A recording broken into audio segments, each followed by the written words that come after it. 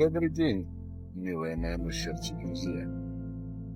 Плохие люди, наворовав и нагадив у себя дома, уматывают в счастливое место, кажущееся им тихой гаванью.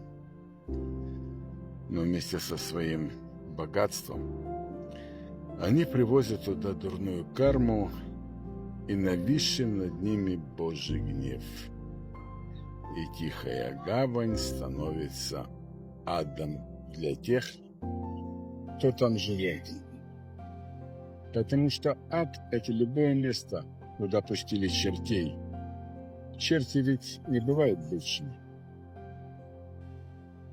Эти строки написал российский писатель Виктор Пелевин. И я уверен, что вы знакомы с такими чертями. Мира, добра и любви.